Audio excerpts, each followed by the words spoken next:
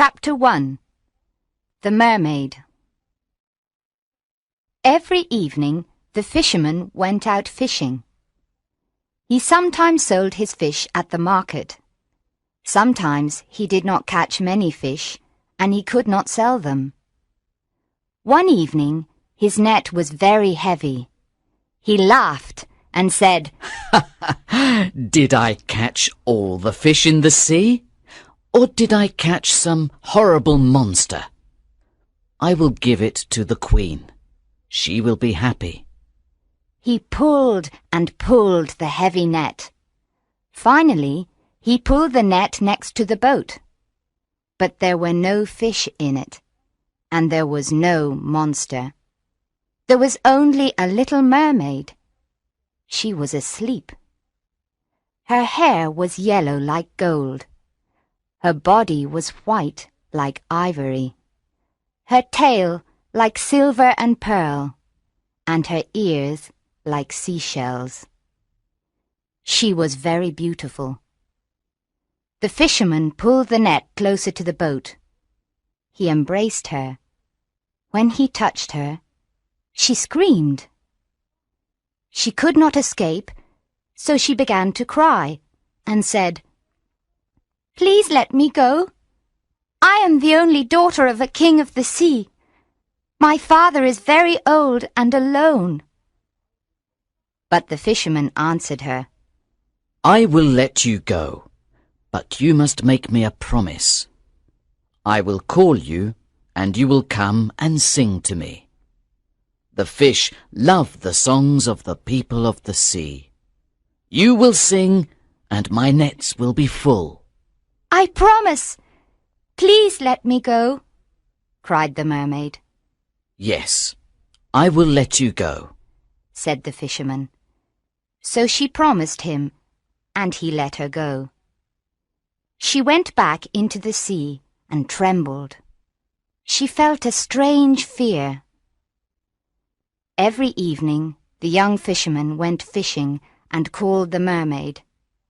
She came and sang to him. The dolphins swam round and round her. The seagulls were in the sky above her head. She sang a marvelous song of the Tritons, the men with long green beards. She sang of the gardens of the sea with their corals. Here the fish swim like silver birds. She sang of the big whales from the cold North Seas, and of the dead sailors in their ships at the bottom of the sea. She sang of the little children.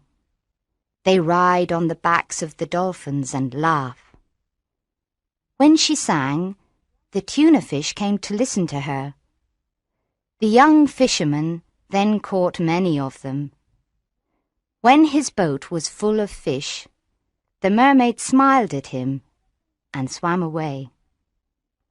But she never came near him.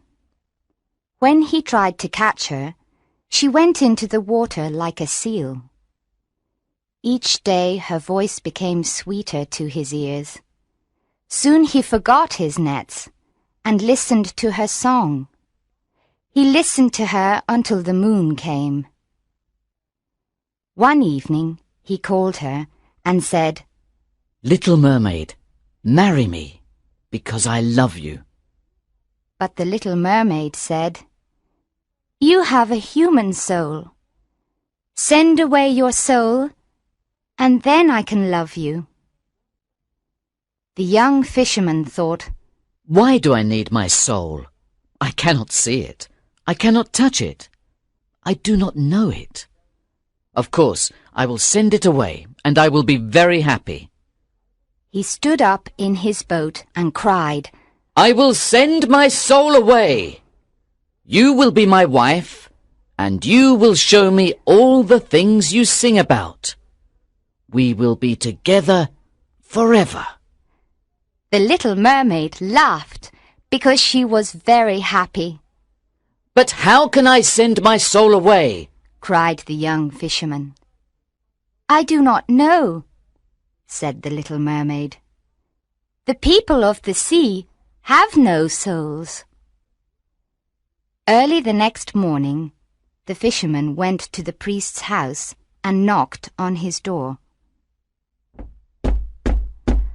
The priest looked out of the window and saw the fisherman and said, "Come in." The young fisherman entered and cried to the priest, "Father, I am in love with a mermaid. I cannot marry her because I have a soul. How can I send my soul away? I really do not need it. Why is my soul important? I cannot see it. I cannot touch it. I do not know it." The priest answered, Are you mad? God gave you your soul. It is very precious. It is as precious as all the gold in the world. So, my son, do not think about this any more. It is the worst sin. The people of the sea are lost creatures. They are like the beasts of the field. They do not know what is right and wrong. God didn't die for them. The young fisherman began to cry and said, "Father, the fawns live in the forest and are happy. The mermen sit on the rocks with their gold harps. I want to be like them. Why is my soul important? I have a soul, but I cannot have the mermaid. And I love her," he cried. It is horrible to love your body. Cried the priest. The fawns of the woods and the mermen are horrible. I hear them at night. They try to distract me from my prayers. They are lost, I tell you. They are lost. There is no heaven or hell for them. Away, away! Cried the priest. Your mermaid is lost, and you will be lost with her. The young fisherman walked sadly to the marketplace. When the merchants saw him, they said, What do you want to sell? "I will sell you my soul," he answered. "Please buy it from me, because I am tired of it. What can I do with a soul? I cannot see it. I cannot touch it. I do not know it." But the merchants laughed at him and said, What can we do with a soul? "A false coin is more precious." Sell us your body, and we will give you a lot of gold. "But we will not give you any money for your soul." The young fisherman thought, How strange this is. The priest said, "Your soul is as precious as all the gold in the world." But the merchants say, "A false coin is more precious." He went to the beach and began to think. Chapter 2. The Witch. At midday, he remembered that there was a young witch. She lived in a cave, and she was very good at magic. He ran quickly to her. "What do you need? What do you need?" she cried, when he ran towards her cave. "Do you need fish when the weather is bad? I have a special instrument. You play it and all the fish swim into the bay. But it has a price, pretty boy. It has a price." "What do you need? What do you need? A storm to destroy the ships. Do you want the gold on the ships? I can help you. I have more storms than the wind. My master is stronger than the wind, but I have a price, pretty boy. I have a price." "I do not want very much," said the young fisherman. "but the priest is very angry with me, and the merchants laugh at me. So I came to you, and I will pay you any price." "What do you want?" asked the witch. "I want to send my soul away from me," answered the young fisherman. The witch's face became white. Pretty boy, she said. That is a terrible thing to do." He laughed and answered her, My soul is not important to me. I cannot see it. I cannot touch it. I do not know it.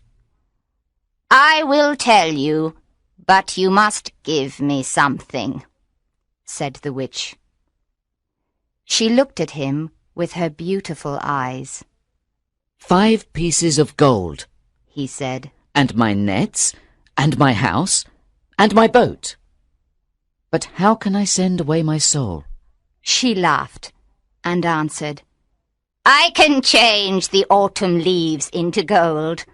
I can change the light of the moon into silver. My master is richer than all the kings of this world." The witch caressed his hair with her thin white hand. "You must dance with me, pretty boy," she said softly, and she smiled at him. Only this? Cried the young fisherman. "Only this," she answered, and she smiled at him again.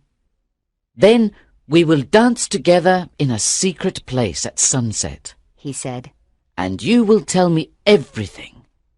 Then I can send away my soul. "When the moon is full, when the moon is full," she said softly. Then she looked around and listened. 3 birds sang. There was no other sound. There was only the sound of the waves. So she pulled him next to her. She put her dry lips close to his ear. "Tonight you must come to the top of the mountain," she whispered. "It is a special night, and he will be there." Who is he? he asked. "It is not important," she answered. "Go tonight and stand under the tree, and wait for me. You will see a dog, and you must hit it with a stick. The dog will run away. Remember, do not speak to the owl. I will come with the full moon, and we will dance together." How can I send my soul away? You must promise to tell me, he said. She came out of the cave into the sun. "I promise," she answered. You are the best witch in the world, cried the fisherman, and he ran back to the town happily. The witch went into her cave and burned a magic plant. She looked into the smoke. After some time, she said angrily, "He must be mine. I am as beautiful as she is." That evening, when the moon appeared, the fisherman went to the top of the mountain. He stood under the tree. A big owl with yellow eyes called his name. He did not answer. A black dog ran towards him. He hit it with a stick, and it ran away. At midnight, the witches were in the sky. They were like bats. "Phew!" they cried when they came to the ground. "There is someone here, and we do not know him." Finally, the young witch with red hair appeared. She wore a gold dress with peacock's eyes on it, and her little hat was green. "Where is he? Where is he?" asked the witches when they saw her. She laughed and ran to the fisherman. She took him by the hand, and then they danced in the moonlight. They danced round and round. Then they heard the sound of a galloping horse. But they did not see a horse. "Faster! Faster!" she cried. And then the fisherman was afraid. Something very bad was there, and he was afraid of it. There was a man near a rock. He wore elegant Spanish clothes. This man watched the fisherman constantly. The witch laughed, and he danced with her, round and round. Chapter 3. The Secret. A dog barked, and the dancers stopped. They went to the man and kissed his hand. "Come, let's pray," the witch said softly. The fisherman wanted to do this, and he followed her. But when he came near the man, he called God's name. When he did this, the witches screamed and went away. A horse came, and the man got on it. He looked at the fisherman sadly, and then disappeared. The witch, with red hair, tried to fly away too, but the fisherman stopped her. "Let me go!" she cried. "You must not say God's name." No, he answered. you are my prisoner. Tell me the secret now. "What secret?" said the witch. She tried to escape. You know, he answered. She began to cry and said to the fisherman, "Ask me anything, but not that." He laughed and didn't want to release her. She could not escape, and so she said, "I am as beautiful as the mermaids." And she put her face near his. But he pushed her away and said, I will kill you. You must tell me the secret now. She trembled. "All right," she said. "It is your soul, not mine." She gave him a little knife. Why did you give me this knife? He asked. She was silent for a moment. She was terrified. Then she said to him, "Our shadow is not the shadow of our bodies. It is the body of our souls. Stand on the beach with your back to the moon. Cut your shadow from your feet. Then you must tell your soul to leave, and it will leave." The young fisherman trembled. Is this true? He said. He released her and took the knife. Then he walked to the sea. The fisherman's soul then said to him, I am your servant. Do not send me away now. Did I do anything bad to you? The young fisherman laughed. You didn't do anything bad, but I do not need you, he answered. The world is big. Go where you want, but do not disturb me, because my love is calling me. His soul called him many times, but he did not listen. He then arrived on the beach and stood on the sand with his back to the moon. White arms came out of the foam, and they asked him to come.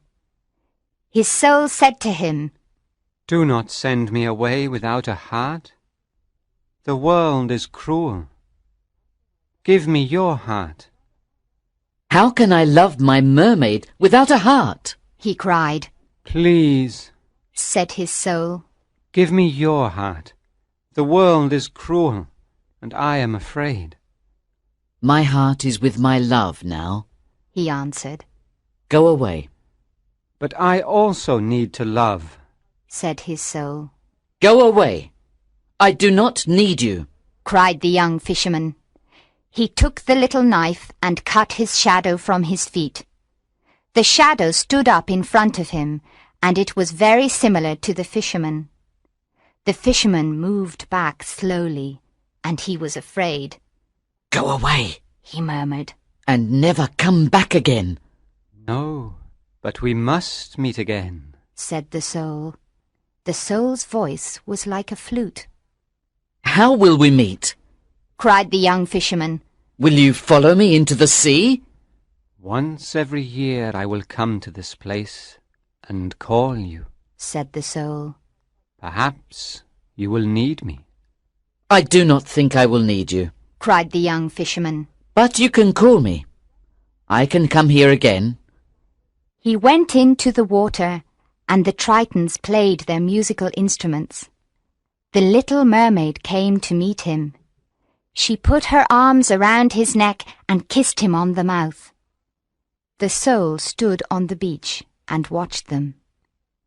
And when they disappeared into the sea, the fisherman's soul walked away and cried. Chapter 4. The Soul's First Journey. After a year, the soul came down to the sea and called the young fisherman. He came out of the sea and said, "Why do you call me?" The soul answered, Come nearer. I want to speak to you, because I saw marvelous things. So he came nearer and sat in the water and listened. The soul said to him, When I left you, I went towards the east and travelled. Everything wise comes from the east. After 6 days I came to the land of the Tartars. One night I saw a fire in a camp of a company of merchants. I went to them, and the chief of merchants stood up and took his sword. "Who are you?" He asked. I am a prince, and I escaped from the Tartars, I replied. He lowered his head as a sign of respect and took my hand. Then we left the country of the Tartars, and we travelled in many strange lands and saw many strange people. I travelled on a camel next to the chief. There were 40 camels in the caravan and 80 mules. During our journey, we battled with the tribe of the Magadhi. They are born old and grow younger every year, and die when they are little children. We battled with the Lactroi. They think they are the sons of tigers, and they paint their bodies yellow and black. We also battled with the Sibians. They have horses' feet, and they run quicker than horses. In the 4th month, we arrived in the city of Illel. It was night, and we waited for day to come. That morning, we knocked at the gate of the city.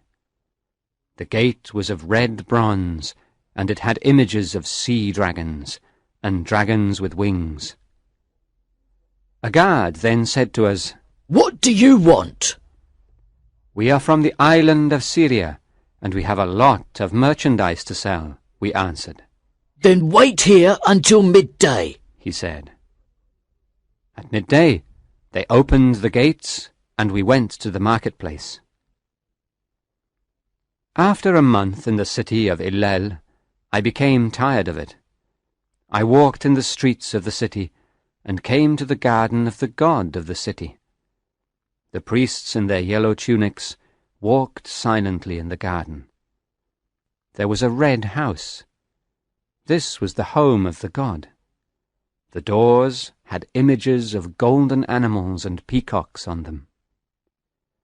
There was a pool of clear water in front of the temple. I sat down near it. One of the priests came to me and stood behind me. "What do you want?" he asked me. "I want to see the god," I replied. "The god is hunting in a forest," said the priest, and he looked at me strangely. "Which forest is he in?" "Tell me, and I will go there," I answered. He moved his hands on his soft tunic. "The god is asleep," he murmured.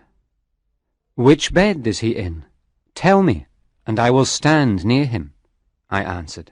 "The god is at the feast," he cried. "I will drink bitter or sweet wine with him," I said. He was surprised and accompanied me into the temple.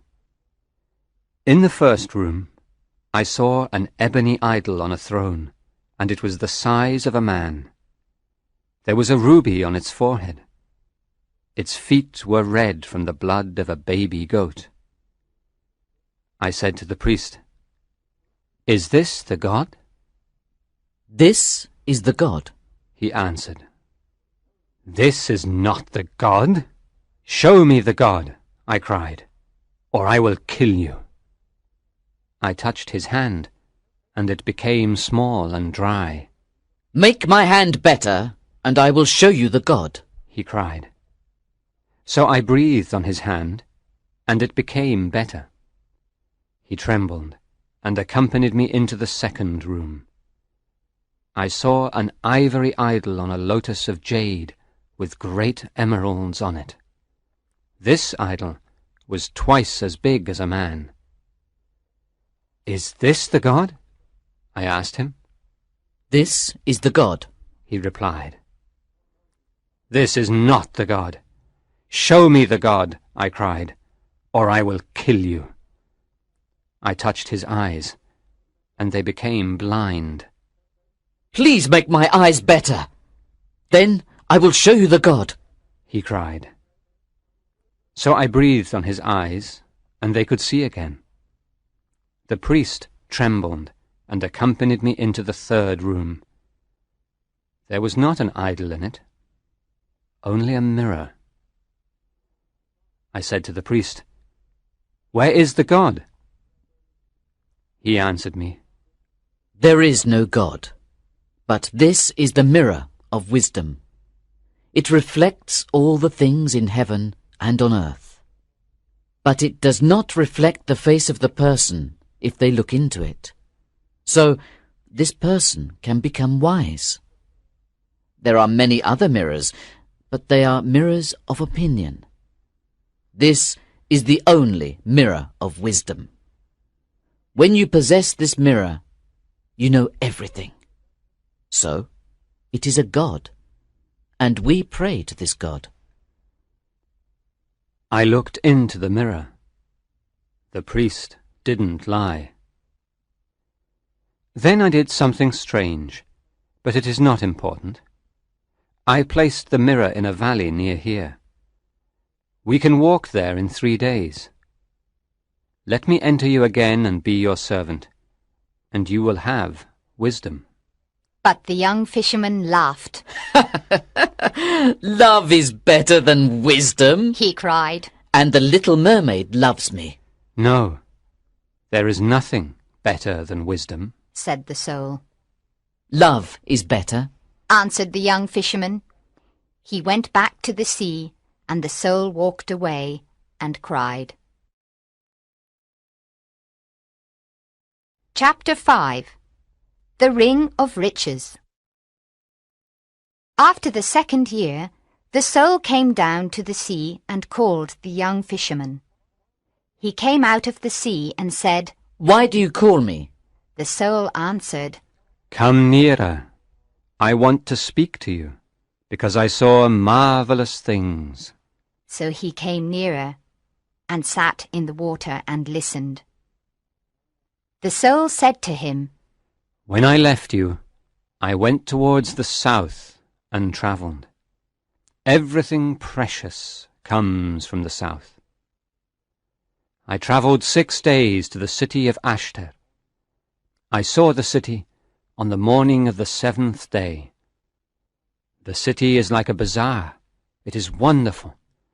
Merchants sit on silk carpets. Some of them sell strange perfumes from the islands of the Indian Sea and the oil of red roses. Other merchants sell fantastic jewelry with tiger claws in gold and leopard claws in gold also. The people sell all kinds of fruit: purple figs, yellow melons, white grapes, red gold oranges, and oval lemons of green gold. I saw an elephant. It stopped and began eating the oranges, and the people laughed. You cannot imagine how strange these people are. When they are happy, they buy a bird in a cage. Then they release the bird because they want to be happier. When they are sad, they hit their bodies with thorns because they want to be sadder. On the feast of the new moon, the emperor came out of his palace and went into the mosque to pray. The people covered their faces, but I showed him no form of respect. That night, the guards of the emperor came for me. They accompanied me into the palace. We walked across a great court, and then we entered a beautiful garden. At the end of the garden there was a pavilion. Then the captain of the guard told me to enter. The young emperor was there, on a bed of lion skins, and he held a falcon. A Nubian stood behind him. A large scimitar of steel was on a table next to the bed. When the emperor saw me, he was worried, and said to me, "What is your name? Don't you know that I am emperor of this city?" I did not answer him. He indicated the scimitar, and the Nubian took it and hit me with great violence. It did not hurt me. The Nubian was terrified and went away. The emperor tried to kill me with a lance, but he didn't hurt me. He tried to kill me with an arrow, but I stopped it in the air. Then the emperor said to me, "Why can't I hurt you? Are you a prophet, or the son of a prophet? Please leave my city tonight. You are here now, and I am not its lord." I answered him, "Give me half of your treasure, then I will go away." So he took my hand and accompanied me to a large room. He touched one of the walls and it opened. Then we walked down a corridor. He said a magic word, and a granite door opened. The emperor covered his eyes with his hands to protect them from the light of the jewels there. It was really marvelous inside. There were huge tortoise shells full of pearls, and many other wonderful jewels. Then the emperor said to me, "This is my house of treasure, and half of it is yours. But you must go tonight. My father the sun must not see this. I cannot kill a man in the city." I answered him, "The gold and all the precious jewels are yours. I only want your little ring." The emperor frowned. "It is only a ring of lead," he cried, "and it has no value. Take your half of the treasure and go away from my city." "No," I answered. "I know that it is really the ring of riches." The emperor trembled and said, "Take all the treasure and go from my city. You can also have my half of the treasure." Then I did something strange, but it is not important. What is important is that I put the ring of riches in a cave. You can arrive there in one day. The owner of this ring is richer than all the kings of the world. But the young fisherman laughed. "Love is better than riches," he cried. "and the little mermaid loves me." "No, nothing is better than riches," said the soul. "Love is better," answered the young fisherman. He went back to the sea, and the soul walked away and cried.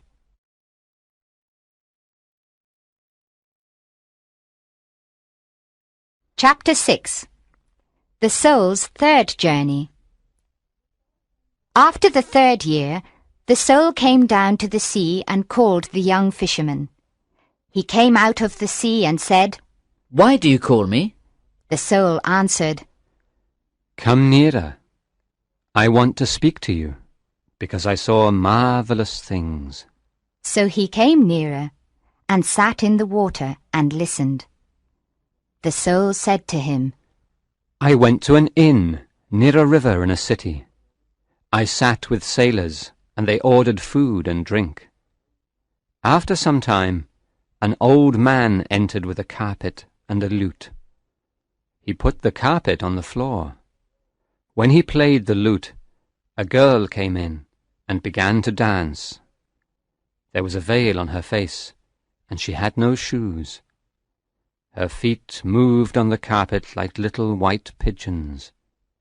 It was really marvelous, and it is only one day away from here." The young fisherman heard these words. He remembered that the little mermaid had no feet and could not dance. He thought, It is only 1 day away, and I can return to my love. He laughed, stood up in the water and walked towards the beach. When he reached the beach, his soul ran towards him and entered him. Then the young fisherman saw on the sand the shadow of the body of the soul. They began their journey, and the next evening they came to a city. The young fisherman said to his soul, Does she dance in this city? His soul answered him, Not in this city, but another. Let's enter this city anyway. So they entered and walked in the streets.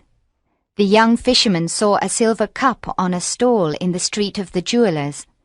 His soul said to him, Take that silver cup and hide it. So he took the silver cup and hid it, and they went quickly out of the city.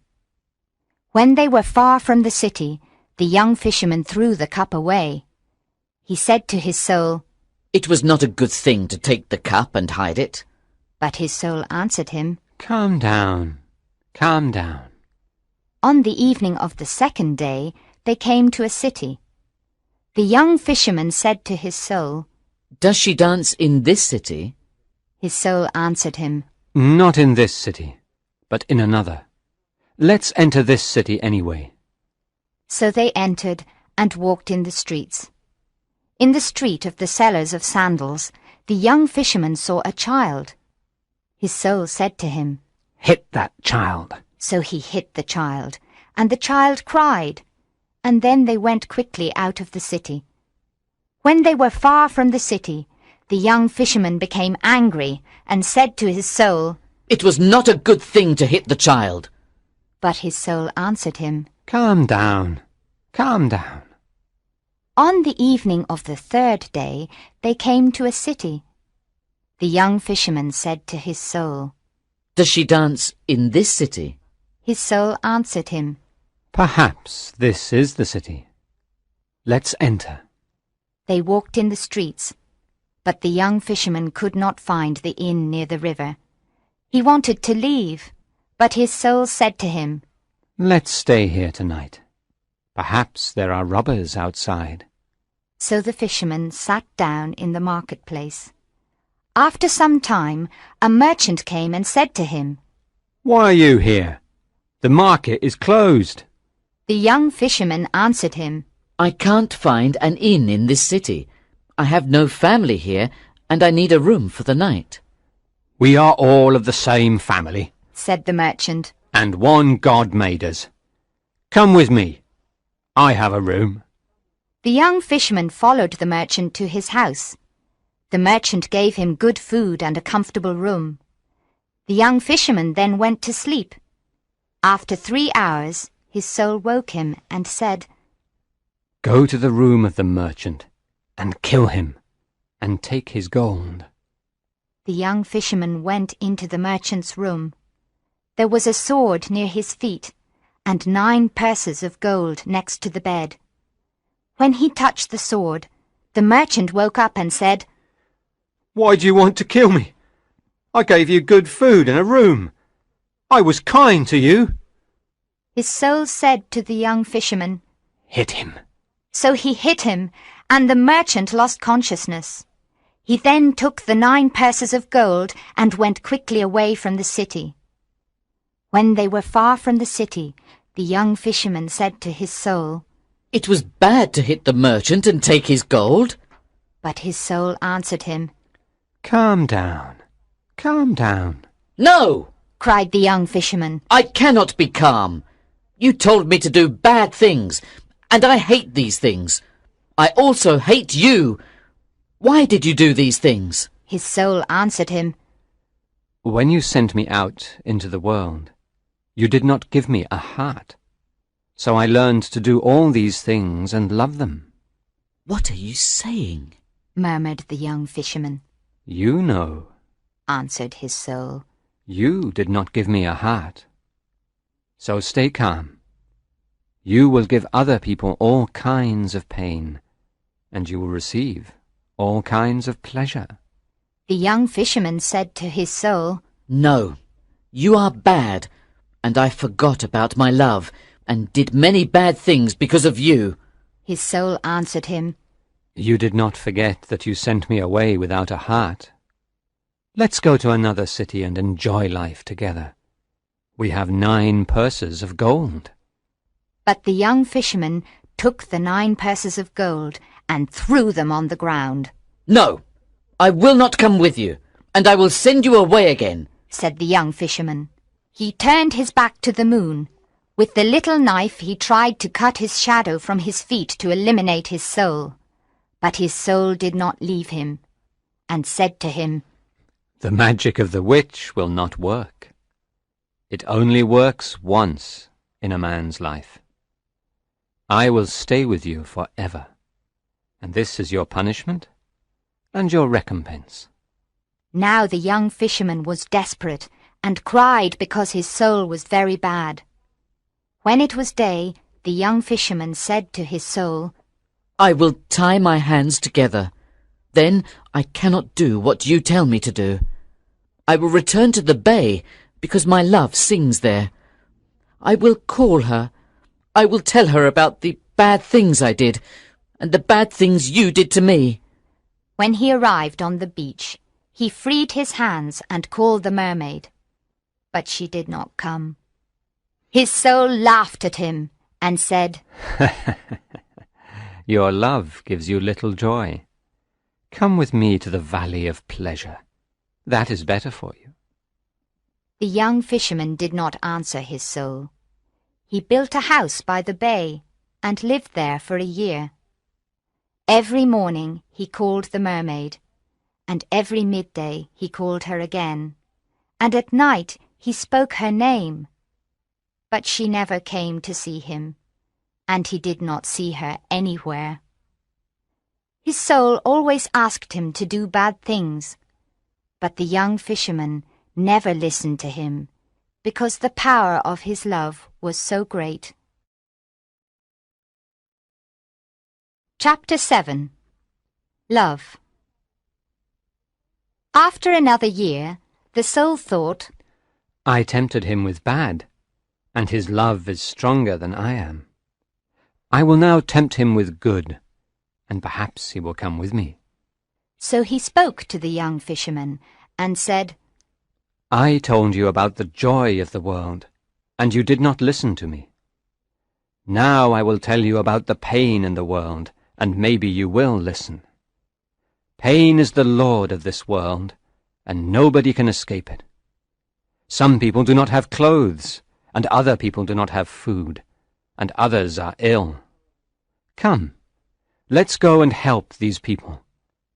Why do you wait here for your love? What is love? Why do you think it is so important? But the young fisherman did not answer. The power of his love was so great. Every morning he called the mermaid, and every midday he called her again, and at night he spoke her name. But she never came to see him, and he did not see her anywhere.